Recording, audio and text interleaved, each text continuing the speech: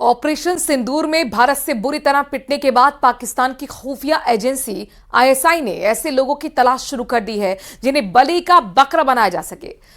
भारत के हवाई हमले में तबाह हुए पाकिस्तान के नूर खान एयरबेस पर तैनात डीएसपी की संदिग्ध हत्या को आईएसआई की साजिश से जोड़कर देखा जा रहा है। ऑपरेशन सिंदूर से हिल गई आईएसआई। नूर खान एयरबेस पर तैनात डीएसपी की मौत के पीछे कौन? भारतीय सेना के ऑपरेशन के बाद आईएसआई उन लोगों की तलाश कर रही है जिन पर तबाही की जिम्मेदारी डाली जा सके।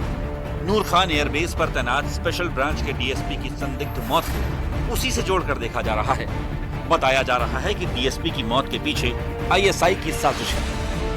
डीएसपी सैफुल्लाह तेज तर्रार अधिकारी थे। स्पेशल ब्रांच में उनकी तैनाती थी। उन पर नूर खान एयरबेस की सुरक्षा का जिम्मा था। उन्हें एयरबेस पर किसी भी संभावित खतरे के बारे में जानकारी जुटाकर अपने बड़े अधिकारियों को सूचित करना था।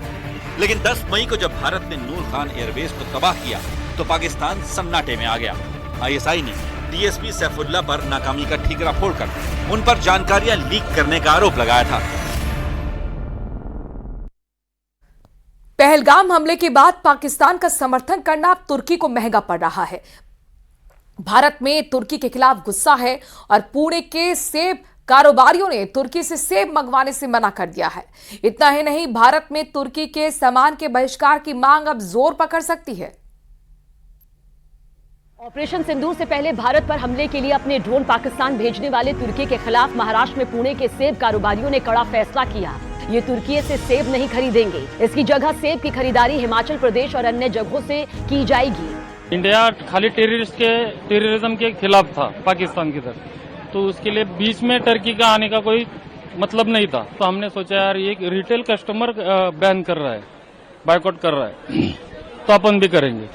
भारत में तुर्की के खिलाफ जबरदस्त गुस्सा है। हाल ही में आतंकिस्तान पाकिस्तान के साथ खड़े होकर उसने अपना असली चेहरा दिखा दिया। अब भारतीय इस देश पर अपनी कमाई की एक फूटी कौड़ी भी खर्च नहीं करना चाहते और इसका बिगुल बज गया है। दरअसल ऑपरेशन सिंदूर शुरू होने से कुछ दिन पहले तुर्की का एक पोत कराची पहुंचा था और माना जाता है कि पोत में तुर्की के सोंगर ड्रोन थे। पाकिस्तान ने 8 और 9 मई को श्रीनगर से लेकर गुजरात तक भारतीय सैन्य प्रतिष्ठानों के साथ रिहायशी इलाकों को निशाना बनाते हुए इन ड्रोन से हमले किए थे। कैट ने पाकिस्तान का समर्थन करने वाले देशों पर आर्थिक दबाव डालने की रणनीति अपनाई है।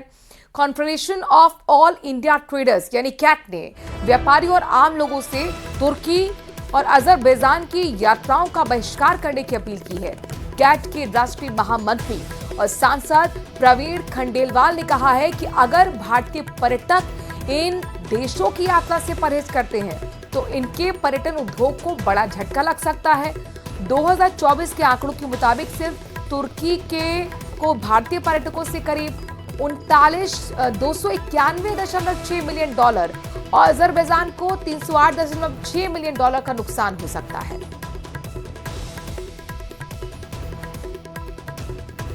तो तुर्की और अजरबैजान का बहिष्कार करने की अपील की जा रही है। सीटीआई ने भी इस तरीके की बात कही है। तुर्की और अजरबैजान के टूरिज्म पर इसका असर पड़ेगा। एक बड़ा झटका इन दोनों देशों को लग सकता है। दरअसल तुर्की ने पाकिस्तान को समर्थन जारी रखने की बात कही थी और इसी को लेकर यहाँ पर व्यापारिक जो संगठन है कैट, उसने साफ तौर पर कहा है कि जो पर्यटक हैं, भारतीय पर्यटक, उनको इन दोनों देशों की यात्रा से बचना चाहिए, जिससे कि उनके टूरिज्म सेक्टर को एक बड़ा झटका लग सकता है, वहां की सरकार को बड़ा झटका लग सकता है। आपने देखा कि तुर्की के कई ड्रोन जिसका इस्तेमाल करते हुए पाकिस्तान ने सैन्य प्रतिष्ठानों जो भारतीय के लिए और रिहायशी इलाकों को निशाना बनाया था।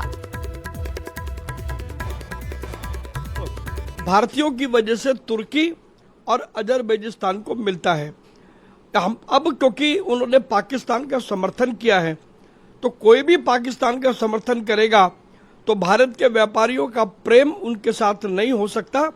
इसलिए हमने पूरे देश के व्यापारियों से और लोगों से आग्रह किया है कि अब वो समय आ गया है जब इन दोनों देशों को सबक सिखाया जाए और तुर्की और अजरबैजान की यात्राओं से का पूर्ण रूप से बहिष्कार किया जाए।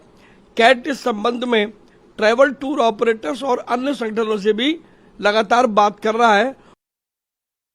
उधर बहिष्कार के बाद टर्की गिड़गिड़ा रहा है। भारतीय पर्यटकों से बहिष्कार न करने की अपील की गई है। बहिष्कार से टर्की के पर्यटन सेक्टर पर बड़ा असर पड़ेगा।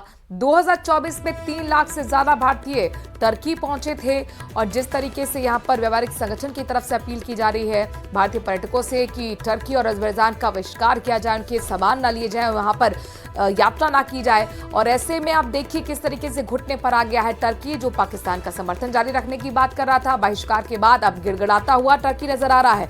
भारतीय पर्यटकों से बहिष्कार ना करने की अपील की जा रही है, चूंकि जाहिर तौर पर बहिष्कार से टर्की के पर्यटन सेक्टर पर बुरा असर पड़ेगा। ये बात टर्की बेहतर तरीके से जानता है।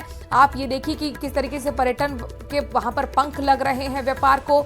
ये भारतीय पर्यटक ही हैं। इस वजह से 2024 में 3 लाख से ज्यादा भारतीय पहुंचे थे टर्की। और इसी के साथ